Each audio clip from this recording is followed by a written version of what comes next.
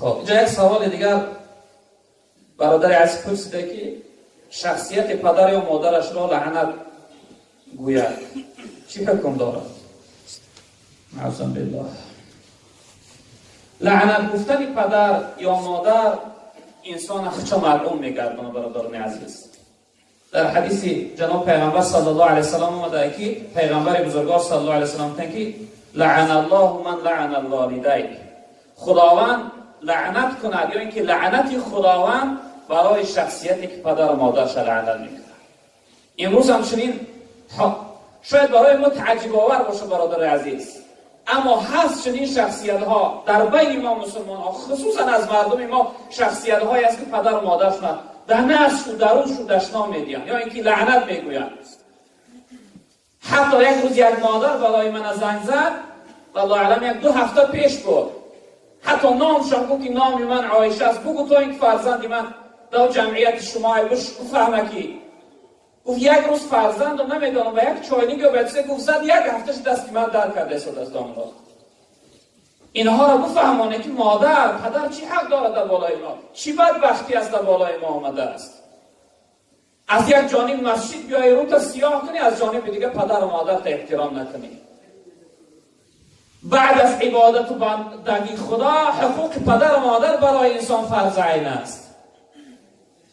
از هر شخصیتی که پدر و مادر راضی نباشد از او خداوند راضی نیست. پیغمبر بزرگوار گفتن رضا الله فی رضا الوالدین، رضاگی الله در راضیگی پدر و مادر است و سخط الله فی سخطهما، قهر غضب خدا در قهر غضب پدر و مادر. نه ای ابله ای جاهل بدبخت پدر و مادر تا لعنت بگوی یا اینکه به سر پدر و مادر دست برداری.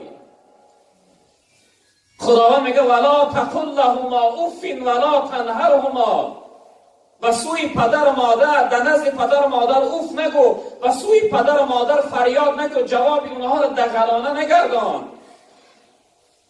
و پدر و مادر چقدر به مهربانی و به خوبی صحبت داشته باش. در خدمت پدر و مادر چقدر خود ذلیل بدان، عاجز بدان. رب العالمین در قرآن میگه نخواه که فرزند پدر و مادر لعنت بگه، نخواه که فرزند به سوی پدر و مادرش دست. خیلی بدبختی برادران عزیز، خیلی جای افسوس است که از مسلمان و مسلمان زاده شخصیتی که اهل مسجد باشه، اهل نماز باشه و به سوی پدر و مادرش، خصوصا مادر شخصیتی است که جناب پیغمبر صلی الله علیه و سلم از که ابو هریره حدیث روایت میکنن، پیغمبر بزرگوار پرسیدن گفتن من احق الناس بحسن صحابتی، تا یا رسول الله از همه حقدارترین شخصیت در بالای من کی هست؟ پیغمبر بزرگوار گفتن امک، گفتن مادرت هست.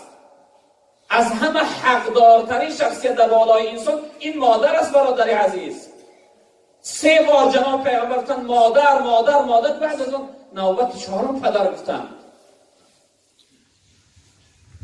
خیلی جای افسوس است برادران عزیز بزرگوار که انسان پدر و مادر خچه لعنت بگه یا اینکه به سوی پدر و مادر خچه گردان میکنه.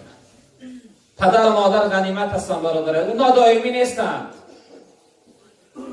چند سال پس از بین میروند، از خانت میروند، زندگی تاریک میشود، حیات تلخ میشود، زندگی بنور میشود. والله قسم جاشو ابدی خالی میماند، جای اونها را یگان کس نمیگیره.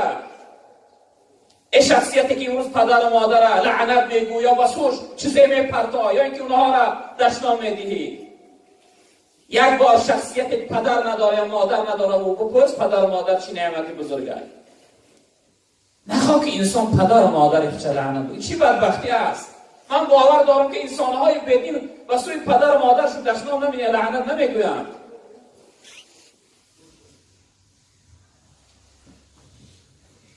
پدر و مادر خیلی نعمت بزرگ است در حیات برادران عزیز.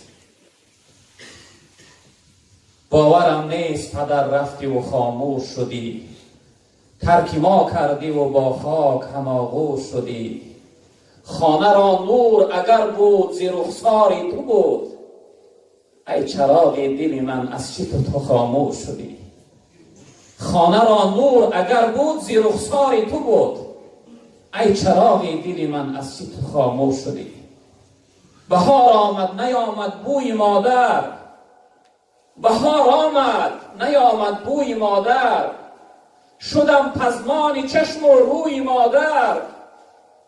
نمی ارزد هزاران نوده گل، و یک تاری سفیدی موی مادر. ای جوانی که قدر پدر و مادر نمیدانی، پدر و مادر خیلی بزرگ هستند. انشکر لی ولی والدیک الی المصیر.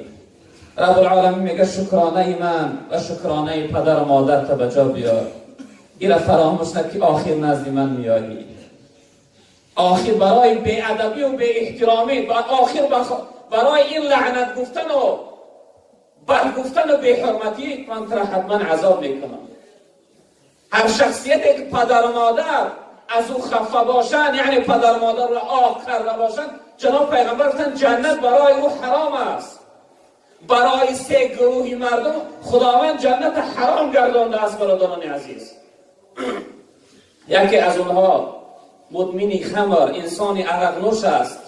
دیگرش آقی پدر و مادر، شخصیتی که پدر و مادر او را آق کردگی هستند. سیوم شخصیتی که یک کس دستگیری و یاردم میکنه و مینت کننده. و همین خاطر برادران عزیز بزرگوار به قدر پدر و مادر برسید. پدر و مادر خیلی نعمتی بزرگ هستند. پیغمبر بزرگوار صلی الله علیه و سلم گفتند این من اکبر الکبائر ان یلعن الرجل والدیه. گفتند از همه گناهی بزرگترین این است که یک شخصیت پدر و مادرش لعنت بگوید، پدر و مادرش دشنام بدهد، پدر و مادرش آزار بدهد. به همین خاطر ما و شما برادران عزیز بزرگوار نسبت به پدر و مادر خیلی خوش مناسبت و خوش معامله باشیم.